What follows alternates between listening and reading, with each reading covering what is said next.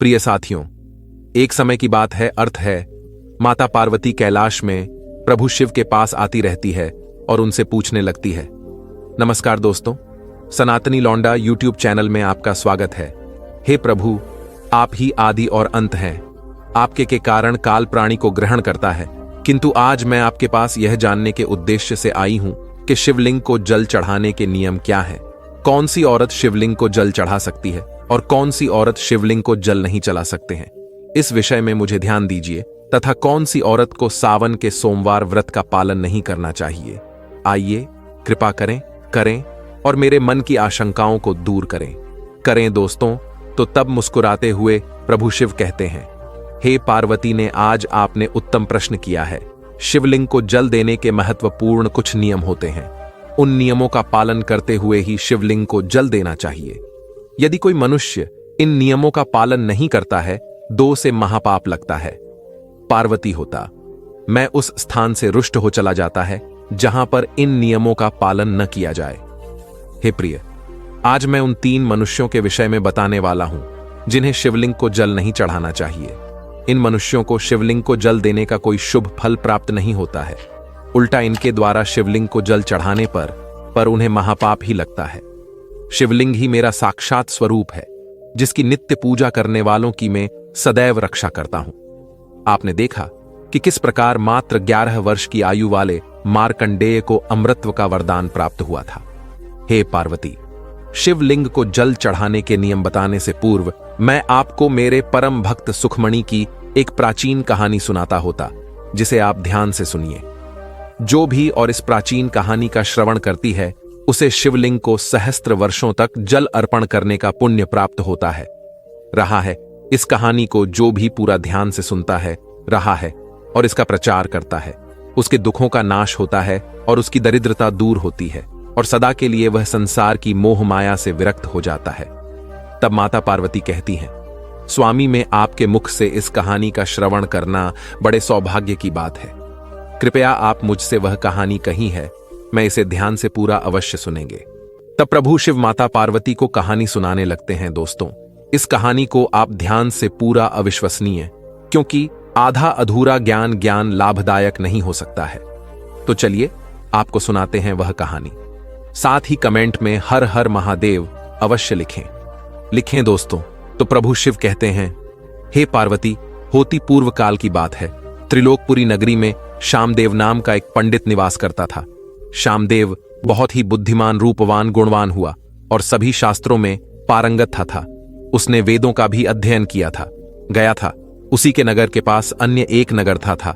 उस नगर में अर्पित नाम का एक विद्वान पंडित था। उसकी कन्या थी जिसका नाम सुखमणि था। वह प्रभु शिव की बड़ी सेवा भाव से भक्ति करती थी। नित्य शिवलिंग जल देना पड़ा और उचित नियमों के पूजा आराधना करने के बाद ही उसकी दिनचर्या की शुरुआत होती थी। सुखमणि में मनचाहे वर को प्राप्त करने हेतु 15 सावन सोमवार के व्रत भी किए थे। उसके पिता और ने बड़े ही लाड़ प्यार से अपनी औलाद का लालन पालन किया था। उसकी कमियां अत्यंत रूपवान और गुणवान थे। जब सुकुमारी विवाह के योग्य हुई तो आरोपित को अपनी कन्या के विवाह की चिंता सताने लगी है।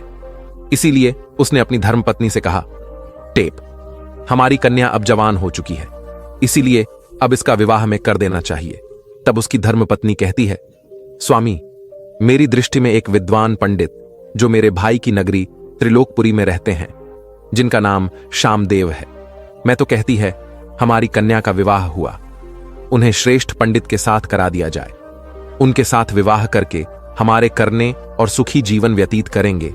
तब अर्पित कहता है, हे प्रिय, तुम ठीक कहती हो। मैंने भी शामदेव जी के विषय में बहुत सुना है। हम हमारी कन्या का विवाह उन्हीं के साथ करेंगे।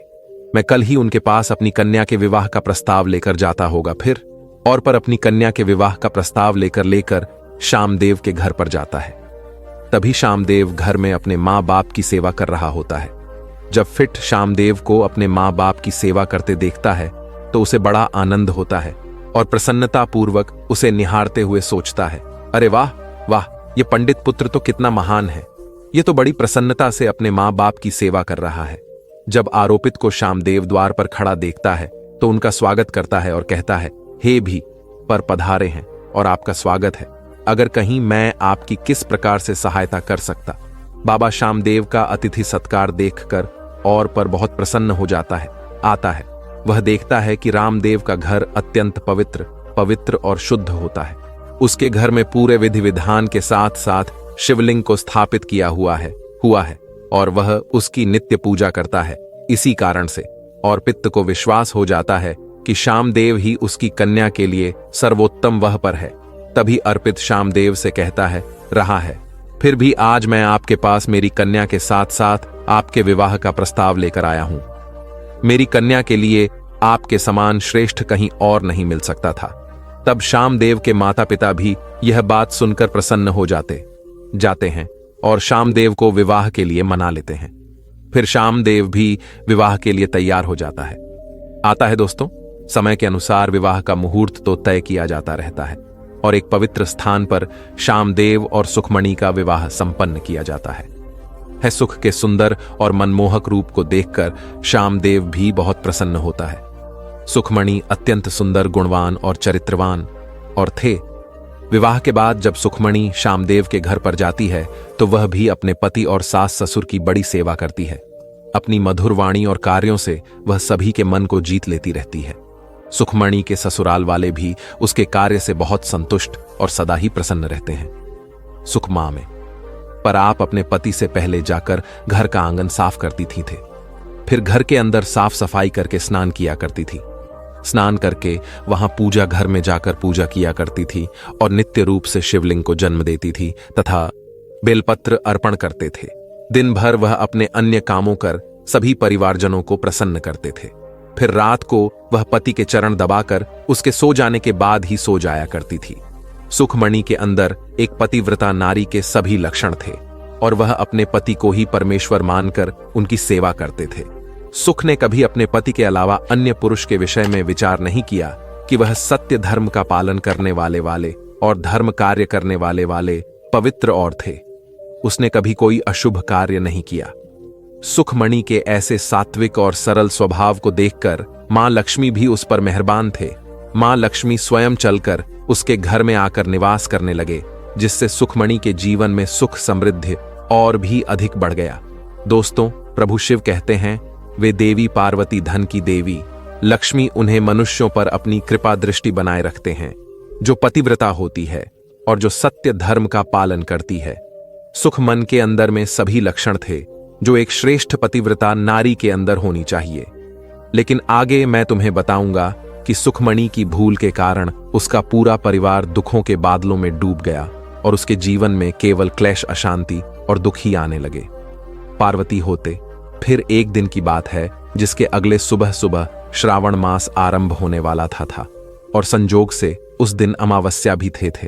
तभी सुखमणि में दोपहर के खाने में खीर बनाई थी, जिसमें कि कई अधिक मात्रा में प्याज को भी और अन्य सब्जियों को दही के साथ मिलाकर बनाया था और स्वाद को बढ़ाने हेतु नमक का भी उपयोग उसमें किया था। तब सुखमणि और उसका परिवार वह संध्या पूर्व भोजन कर रात्रि में सो गए। किंतु सुख ने जो खीर बनाई थी वह काफी स्वादिष्ट बनाई और सभी के भोजन पश्चात उसमें से थोड़ी बच भी गई रही थी। जब अगली सुबह श्यामदेव और सुखमणि जल्दी सुबह उठे थे तो उन्हें रात की बनाई हुई खीर बहुत पसंद आई थी और उन दोनों ने उसे खा लिया। दोस्तों कहते हैं कि प्याज के अधिक सेवन करने से मनुष्य की कामुकता बढ़ आती है। अब उन दोनों के साथ यही हुआ। सुखमणि का पति अत्यंत आठ होकर सुबह स्नान करने के पश्चात रात सुखमणि के पास आया और उसने सुखमणि के साथ शारीरिक संबंध स्थापित किया, जिससे सुखमणि का शरीर पवित्र हो गया।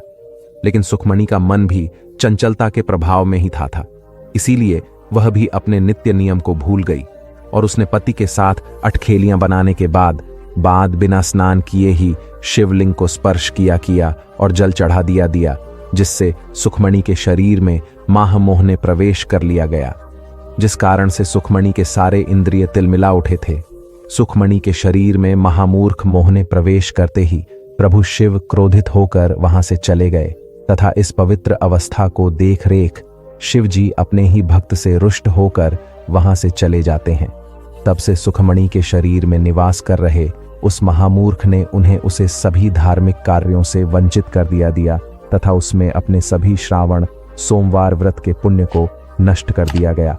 उन दोनों ने अनजान में लहसुन प्याज का सेवन किया तथा सोमवार के व्रत के दौरान सुखमंडी में सेंधा नमक का उपयोग अपने भोजन में किया, जिस कारण से उसका व्रत भी विफल हो गया।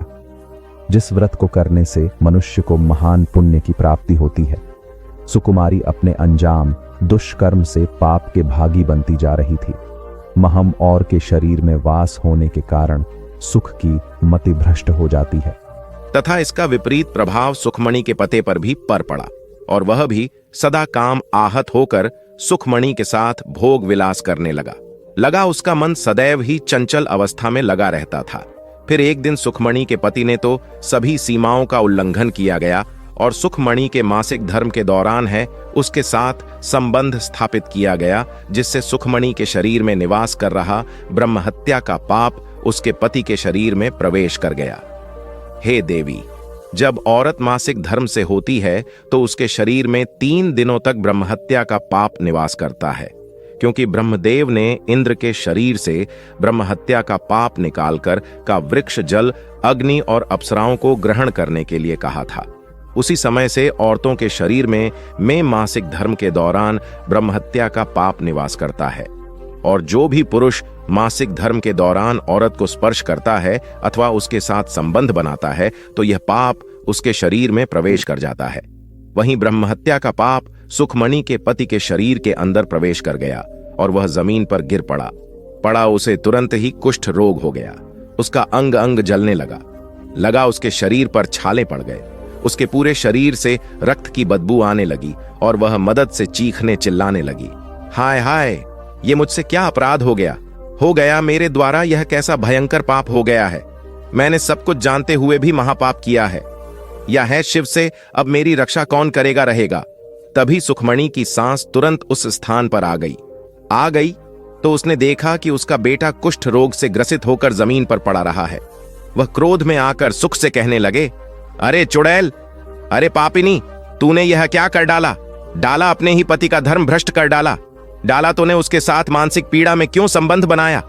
अपने पति की ऐसी हालत देखकर सुखमणि बहुत घबरा गए और जोर जोर से रोने लगी और कहा, ऐसा सूरमा, मुझे क्षमा करो, मुझसे बहुत बड़ा अपराध हो गया है।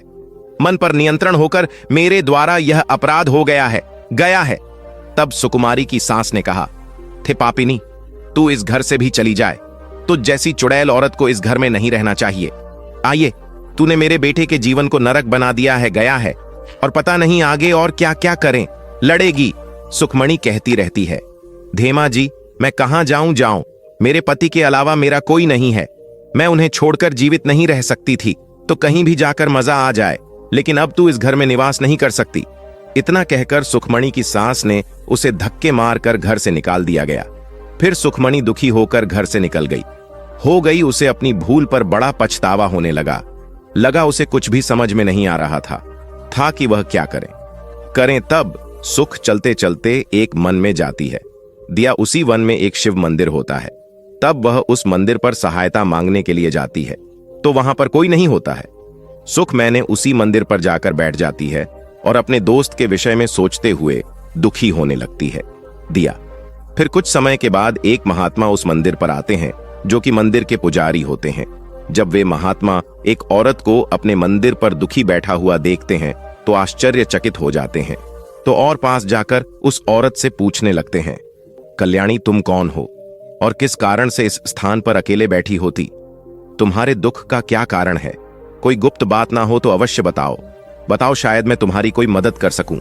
और सखा तब सुखमणि कहती है, हे मुनिवर, में बार मेरा नाम बनी हुई है। मेरे द्वारा घोर पाप हो गया था। उसी कारण से मैं अपने परिवार से मैं छोड़कर इस स्थान पर आई। तब महात्मा कहते हैं, श्रीदेवी, यह क्या कह रही हो तुमने कौन सा पास किया है? मुझे विस्तार से बताओ, मैं तुम्हारी कोई सहायता कर सकें तो प्रयत्न अवश्य करूंगा। सुखमणि कहती है, पर मेरे द्वारा घोर पाप हो गया है। मासिक धर्म के दौरान मैंने पति के साथ संबंध बनाया था। इसी कारण से मेरे पति पत्नी कुष्ठ रोग से ग्रस्त हो गए और दुख भोग रहे हैं। परमात्मा कहते हैं, बेटी तुम चिंता मत करो। तुम्हारे द्वारा जो पाप हुआ है उसका प्रायश्चित करो। तुम्हें पाप से मुक्ति मिल जाएगी। तुम इस मंदिर में रहकर रहकर प्रभु शिव शंकर की पूजा करो। शिवलिंग को नित्य जल्द और बेलपत्र अर्पण करो। यही तो पूरे संसार के पिता हैं। रहा है जो भी के शरण में आता है तो है उसका उद्धार निश्चित ही होता है, और तुम्हारा पति भी जल्द ही ठीक हो जाएगा। फिर वह सुकुमारी वहीं पर उसे शिव मंदिर में रहकर प्रभु शिव और शिवलिंग की नित्य पूजा करने लगती है। रोज स्नान करके ब्रह्मचर्य का पालन करते हुए शिवलिंग को जल चढ़ाती हैं दी है, और शिवलिंग पर बेलपत्र अर्पण करती रहती है, तथा प्रभु शिव को मिष्ठान भोग लगाती है, तथा उस मंदिर में मौजूद सभी गायों को चारा डालती रहती है, उनकी सेवा करती रहती है। दिन भर वहीं मंदिर में प्रभु शिव की मूर्ति के आगे बैठकर प्रभु शिव जी की भक्ति करने लगती है, उनकी स्तुति करती है, और फिर से अपने पति के मंगल होने के लिए 16 सोमवार का व्रत भी करती है। दिया इस प्रकार से 1 वर्ष बीत जाता है, किंतु वहीं दूसरी ओर प्रभु शिव भी उसकी परीक्षा ले रहे होते हैं। अब अगला श्रावण मास प्रारंभ होता है। तब महात्मा कहते हैं, तो थे कन्या तुम इस श्रावण मास में निरंकार सभी सोमवार का व्रत करो, शिवजी का ही सदैव ध्यान करो, और याद रहे कि कोई भूल ना होगा। अब मैं तुम्हें सावन सोमवार व्रत के विषय में विस्तार से बताता हूं, तुम इसे ध्यान से सुनो। किसी भी औरत या पुरुष को सावन माह में किसी भी प्रकार के तामसिक पदार्थों का सेवन नहीं करना चाहिए, पर ही इसकी हुई किसी भी वस्तु का सेवन नहीं करना चाहिए। एक कन्या शिवलिंग पर भूल से भी केतकी पुष्प तुलसी पत्र को और पर नहीं करना चाहिए, और ना ही शिवजी की पूजा में शंख का उपयोग करना चाहिए। शिवलिंग पर कभी भी हल्दी, कुमकुम और सिंदूर और पद नहीं करना चाहिए। अब तुम सच्चे मन से शिव की पूजा आराधना करो, वे अवश्य तुम्हारी सभी इच्छाओं को पूर्ण करेंगे।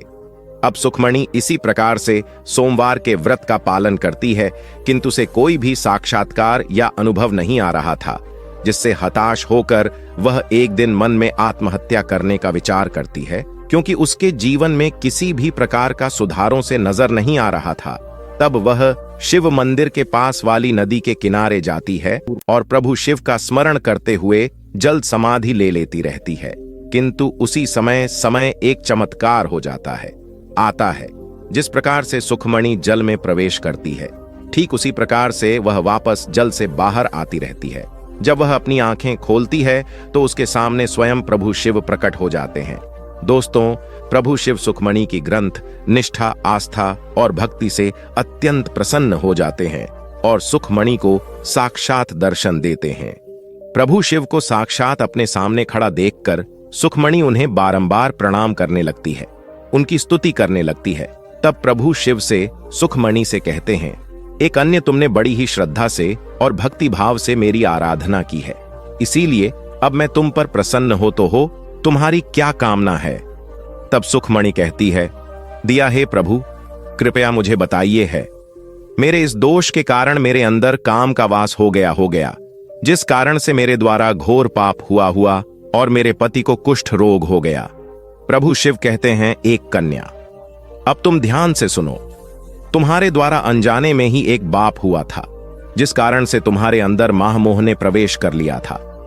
एक दिन सावन माह में तामसिक पदार्थ का सेवन करके तुमने अपने पति के साथ संबंध बनाने के बाद बिना स्नान किए ही शिवलिंग स्पर्श करते हुए जल दिया था।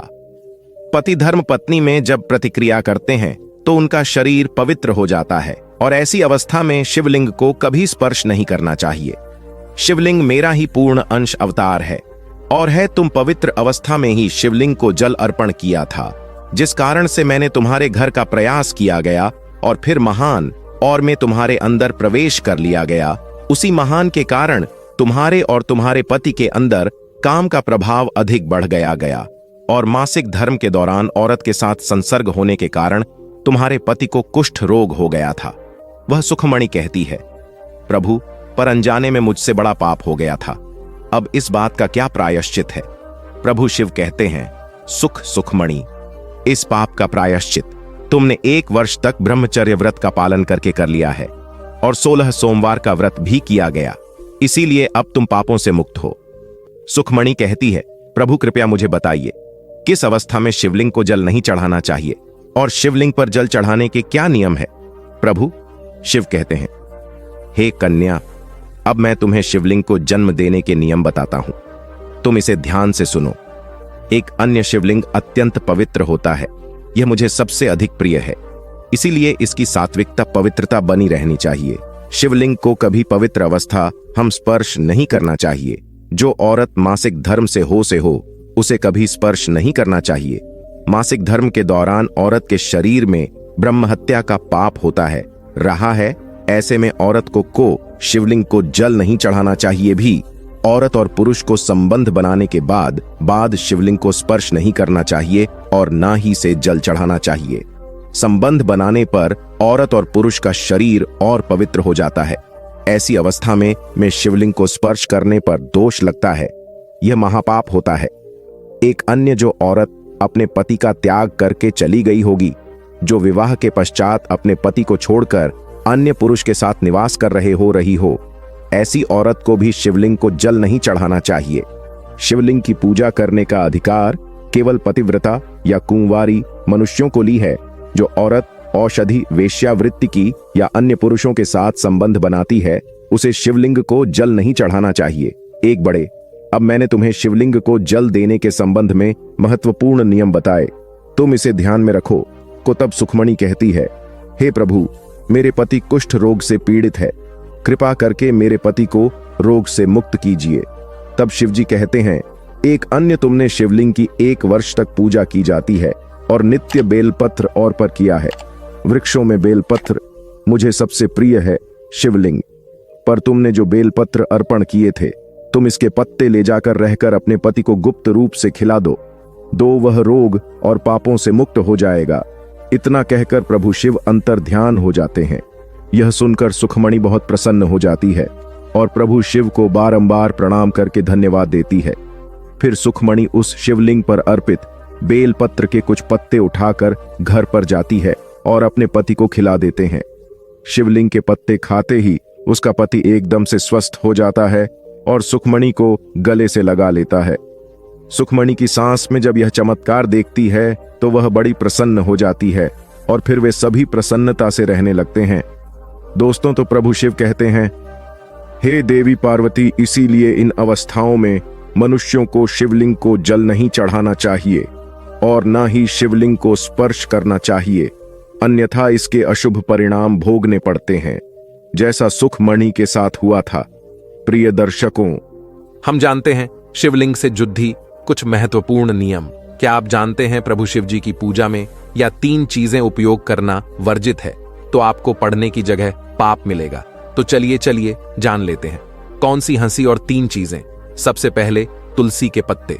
जी हां दोस्तों, तुलसी माता लक्ष्मी का रूप है और माता लक्ष्मी प्रभु श्री हरि विष्णु जी की धर्मपत्नी, इसलिए तुलसी के पत्ते कभी भी शिवलिंग पर चढ़ाना चाहिए। दूसरा है शंख। शिव शंकर छोड़ नाम के दैत्य का वध किया गया था और उसी के हड्डियों से उसे शंख निर्मित हुए हैं। तीसरा है केतकी का फूल। पुराणों के अनुसार प्रभु विष्णु और ब्रह्मा जी के विवाद में मेन केटी के फूलों ने ब्रह्मा जी के झूठ में साथ दिया था। प्रभु शिव के इस विवाद में निर्णायक की भूमिका में थे। शिव जी ने के का झूठ पकड़ लिया और उसे श्राप दिया कि उसका उपयोग उनकी पूजा में नहीं किया जाएगा। प्रभु शिव जी पीले और सफेद कनेर के फूल पसंद होते हैं, आप उन्हें जरूर अर्पित करें। धतूरे के फल और फूल भी अर्पित कर सकते हैं। साथ ही दूध चंबल से लेप चढ़ा भी शुभ माना जाता है। पुराणों में शिवलिंग को ही ब्रह्मांड का केंद्र माना गया है। इस केंद्र से समस्त ब्रह्मांड कोट को ऊर्जा प्राप्त होती है। शिवलिंग से ही इस ब्रह्मांड की उत्पत्ति हुई है, इसीलिए शिवलिंग को ऊर्जा का केंद्र माना गया है। इसके पास कोई भी ऐसी वस्तु नहीं रखनी चाहिए रही जिससे शिवलिंग से निकलने वाली ऊर्जा नकारात्मकता में परिवर्तित न हो।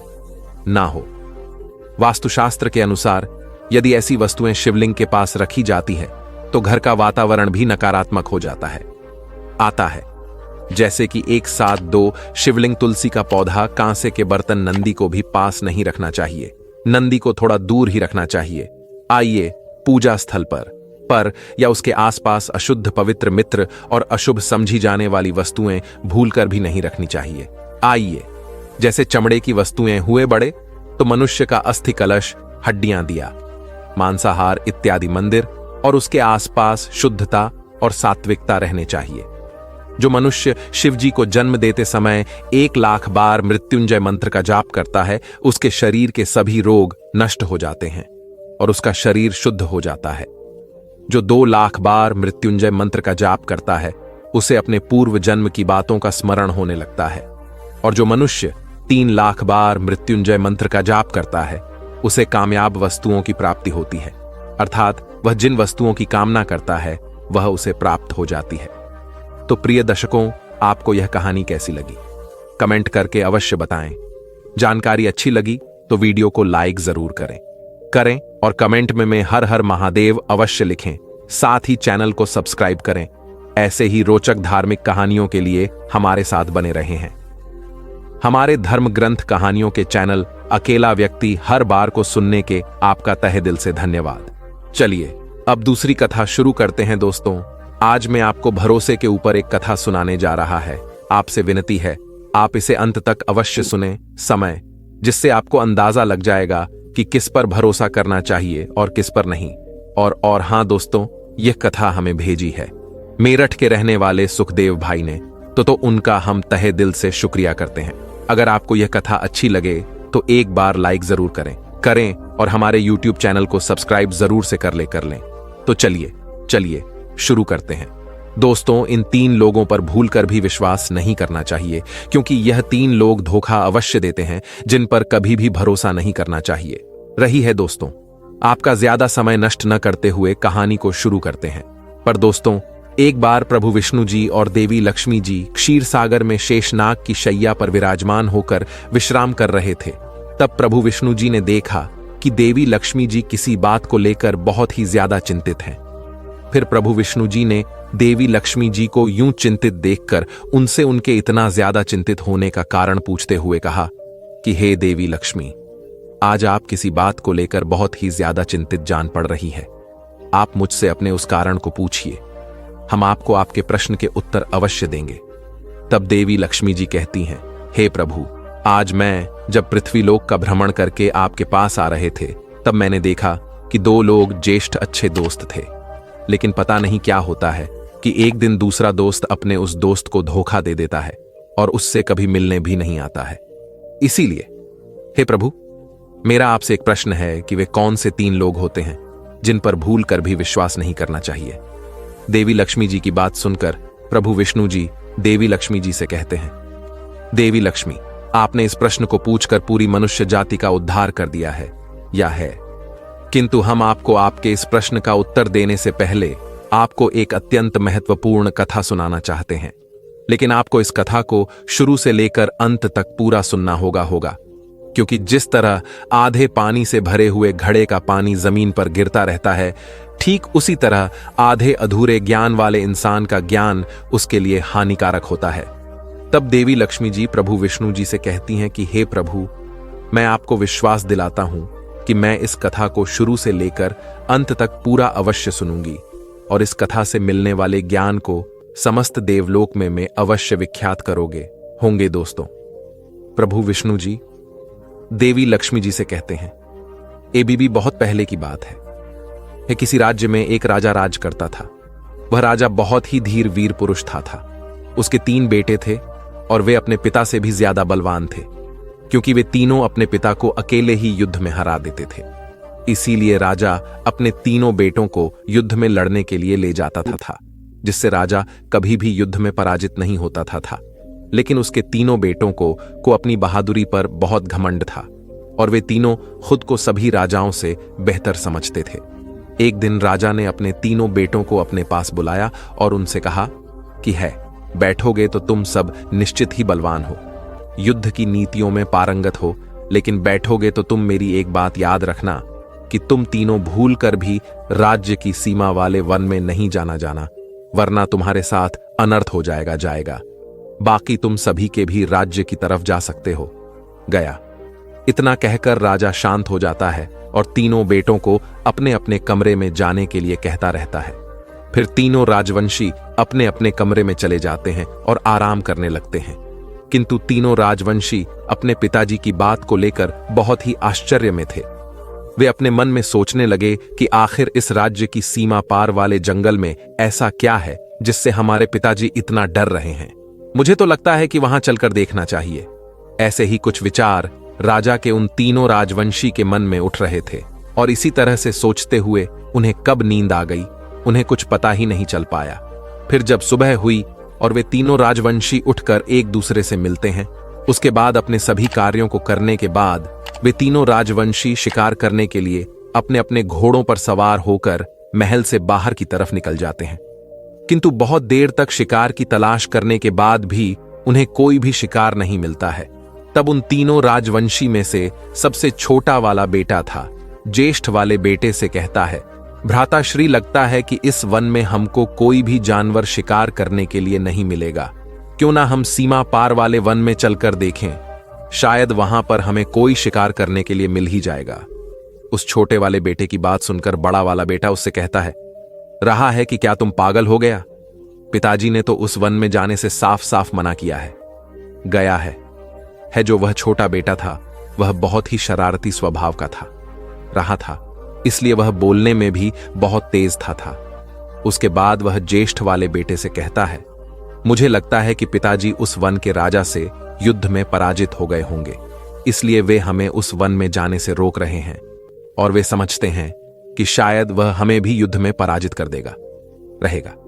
यह बात सुनकर बाकी के दोनों ज्येष्ठ राजवंशों का क्रोध 7वें आसमान पर चढ़ जाता है।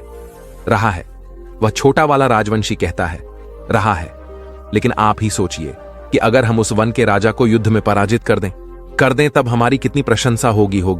और जब पिताजी को यह बात पता चलेगी कि हमने उनके शत्रु को युद्ध में पराजित कर दिया है तब भी कितना प्रसन्न होंगे। फिर जब उन दोनों ज्येष्ठ राजवंशी उन्हें उस छोटे बल्कि और भी तेज हो गई, अब उनके कंठ में सूखने लगे थे और धीरे धीरे शाम होने लगी थी, इसलिए उस वन के चारों ओर धीरे धीरे अंधेरा छाने लगा था।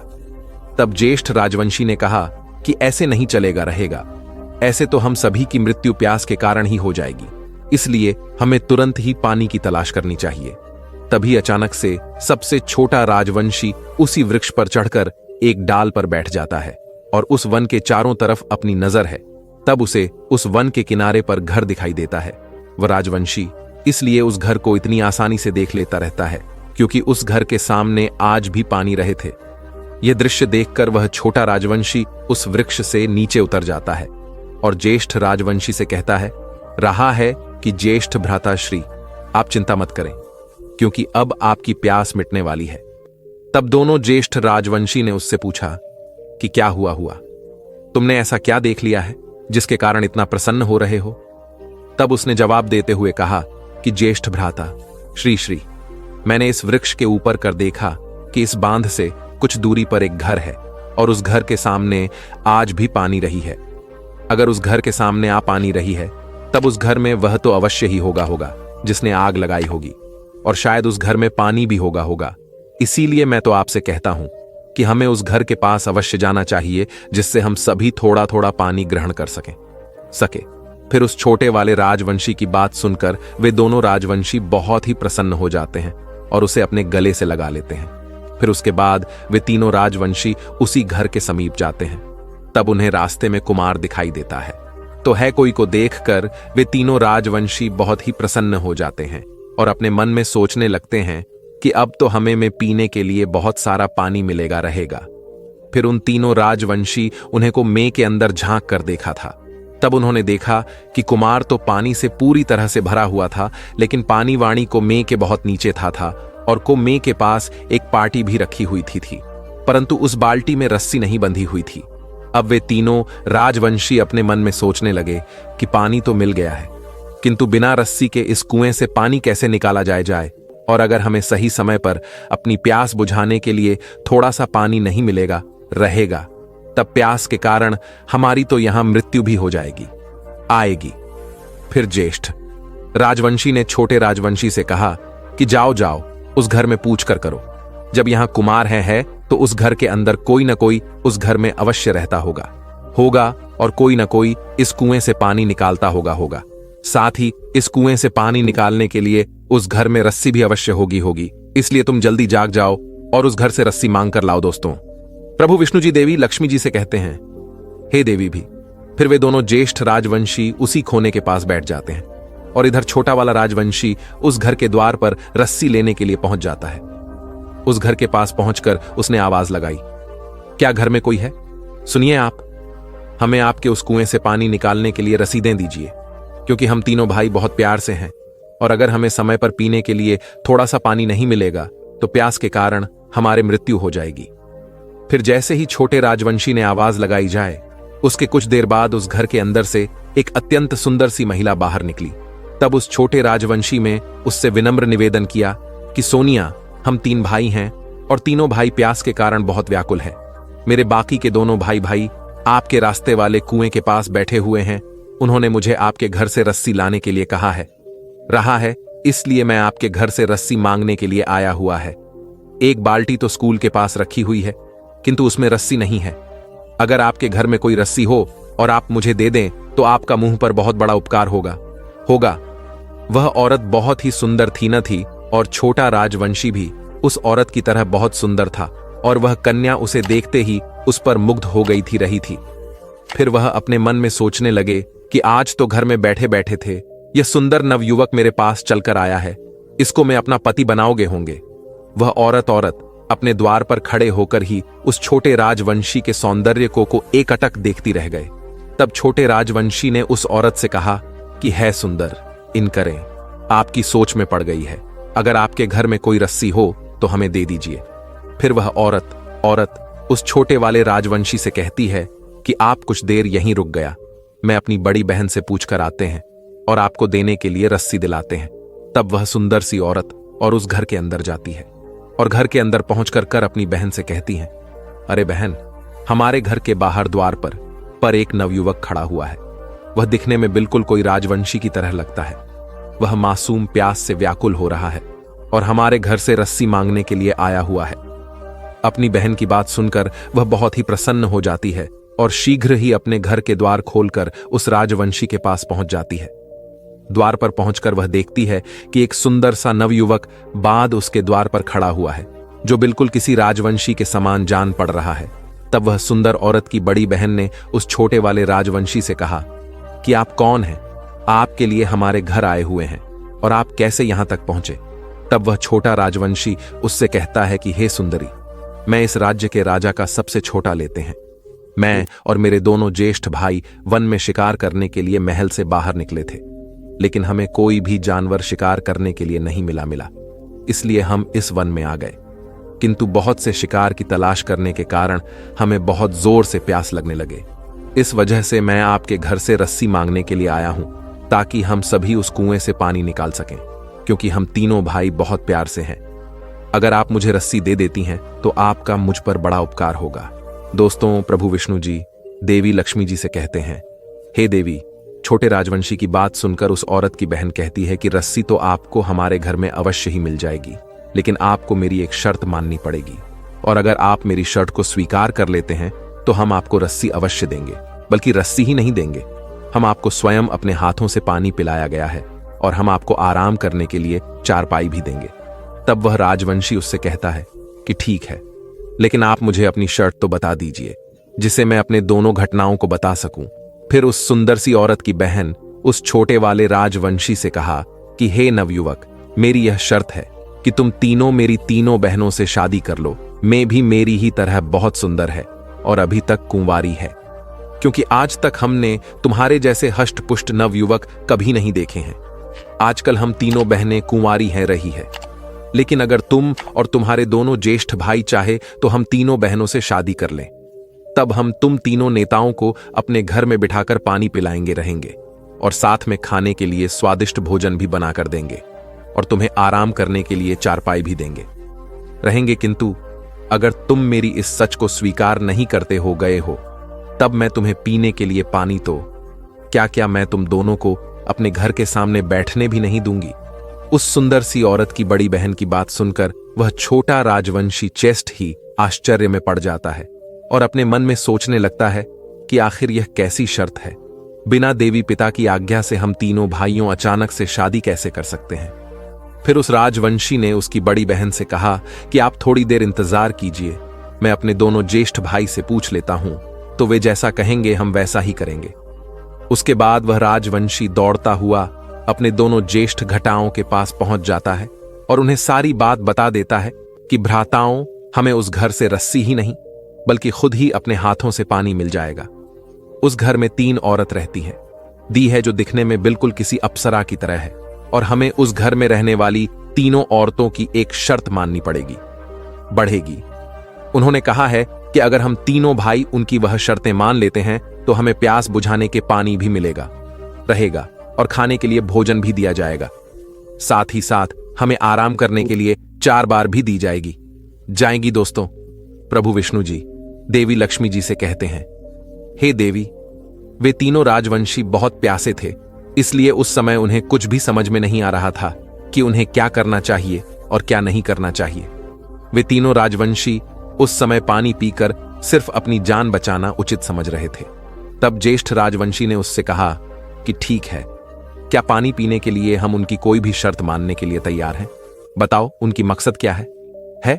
मुझे उस शख्स के बारे में बताओ। फिर वह छोटा राजवंशी उस ज्येष्ठ राजवंशी से कहता है कि ज्येष्ठ भ्राता श्री, उस सुंदर औरत की भी 3 बहनें हैं। उनकी शर्त यह है कि अगर हम तीनों भाइयों तीनों बहनों से शादी कर लेते हैं तब हमें पीने के लिए पानी अवश्य मिल जाएगा, वरना हमें प्यास के कारण तड़प तड़प कर ही मरना रहेगा। उस औरत ने कहा है कि अगर हम उनकी यह शर्त स्वीकार कर लेते हैं तो हमें पीने के लिए पानी मिलेगा, रहेगा, खाने के लिए स्वादिष्ट खाना भी मिलेगा, रहेगा, और आराम करने के लिए चारपाई भी मिलेगी। लेकिन अगर हम उनकी इस शर्त को अस्वीकार कर देते हैं तो वे हमें पीने के लिए पानी माने, तो क्या यहां तक कि हमें बैठने भी नहीं देंगे? तब वह बड़ा राजवंशी उस छोटे राजवंशी से कहता है कि हम उनसे शादी कैसे कर सकते हैं, और अगर हम उनसे शादी कर भी लेंगे तो हमारे पिताजी हम पर बहुत क्रोधित होंगे, उनके मान प्रतिष्ठा चली आएगी। हमारे पिताजी तो हमारा शादी अभी ज्येष्ठ राजाओं की राजकुमारियों से करवाना चाहते हैं। तब वह छोटा राजवंशी उस ज्येष्ठ वाले राजवंशी से चाहता है, भाई अगर हम जीवित रहेंगे तब कहीं हमारे पिताजी हमारा शादी करेंगे। क्या भूल गए हैं कि अगर हमें शीघ्र पानी पीने के लिए नहीं मिला तो वैसे भी हमारे मृत्यु हो आएगी।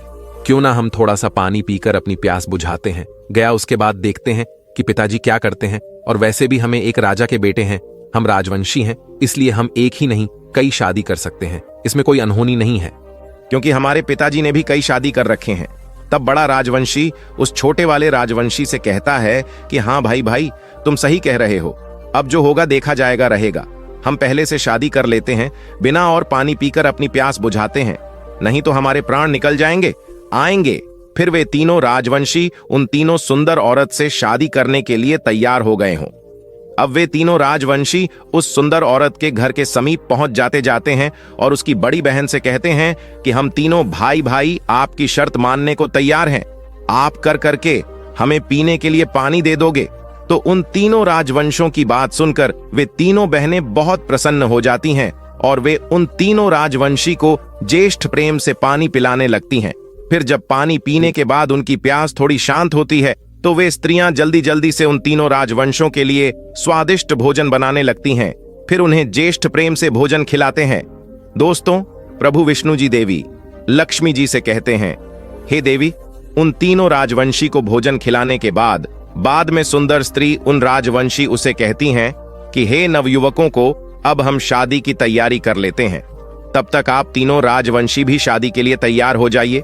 फिर वह बड़ा राजवंशी अपने मन में सोचने लगता है कि हमें जिसकी जरूरत थी वह तो हमें मिल ही गया है, अब हमें इनकी शर्त मानने की कोई जरूरत नहीं है, और हम तीनों भाई इतने ताकतवर हैं कि इनको मन लड़कियों को उठाकर पटक देंगे। इतना सोचकर ज्येष्ठ राजवंशी में उन औरतों से कहा कि है सुंदर, और तो हम में से कोई भी भाई तुम्हारी किसी बहन से शादी नहीं करना चाहता है। हमने तो पानी पीने के लिए तुमसे कह दिया था कि हम तीनों भाई आपकी तीनों बहनों से शादी करने के लिए तैयार हैं, आ रहे हैं, लेकिन हम में से कोई भी भाई अपने पिताजी से बिना पूछे नहीं कर सकते, और अब हम यहां से जा रहे हैं।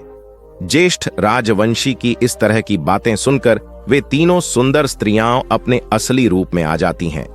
वे तीनों बहनें एक राक्षसी थीं, उनके ज्येष्ठ नाखून और ज्येष्ठ दांत थे। उनके ऐसे भयानक रूप को देखकर वे तीनों राजवंशी बहुत ही ज्यादा भयभीत हो जाते हैं और उनसे कहते हैं कि आप हमें माफ कर देना, बिना हम तीनों भाई तुम्हारी बहनों से शादी करने के लिए बिल्कुल तैयार है। और फिर बड़ा राजवंशी अपने दोनों मृदाओं को समझाता है और समझाते हुए कहता रहता है कि बताओ, यह तीनों राक्षसी नहीं मानेंगे? नहीं है तो निश्चित है कि यह तीनों राक्षसी, तीनों राजवंशी उनसे शादी करने के लिए तैयार हो जाते हैं। उसके बाद उन तीनों राजवंशों का उन तीनों सुंदर राक्षसी से शादी हो जाती है और उन राजवंशों से शादी करते हैं। वे तीनों राक्षसी बहुत प्रसन्न हो जाते हैं। फिर उनके साथ सुखपूर्वक से अपने जीवन का निर्वहन करने लगे। वे प्रतिदिन अपने अपने पतियों के लिए स्वादिष्ट भोजन बनाते थे जिसे खाकर तीनों राजवंशी हष्टपुष्ट होते चले जा रहे थे। तीनों राजवंशों के मुखमंडल पर अलग सा ही तेज रहता था। ऐसे ही कई दिन गुजर जाते हैं। फिर एक दिन दोनों ज्येष्ठ राजवंशी देखते हैं कि हमारा छोटा भाई बहुत ही कमजोर हो चुका है, गया है। वह इतना स्वादिष्ट भोजन मिलने के बाद भी कमजोर होता जा रहा था। तब बड़ा वाला राजवंशी उस छोटे वाले राजवंशी से कहता है कि भाई, तुम्हें क्या हो गया है? क्या तुम्हारा स्वास्थ्य ठीक नहीं है? क्योंकि यहां तो इतना स्वादिष्ट भोजन मिलता है। इतना स्वादिष्ट भोजन मिलने के बाद भी तुम कमजोर क्यों होते चले जा रहे हो? क्या तुम्हें कोई दुख या तकलीफ है? फिर वह छोटा राजवंशी अपने ज्येष्ठ भाई को जवाब देते हुए कहता है, ज्येष्ठ भ्राता श्री, मेरी धर्मपत्नी मुझे प्रेम से भोजन नहीं खिला दी है, क्योंकि जब मैं उसके साथ भोजन करने के लिए बैठका होगा तब वह दूसरी तरफ मुंह करके जोर जोर से विलाप करने लगती है और उसको विलाप करते हुए देखकर मैं ठीक से भोजन नहीं कर पाता हूं।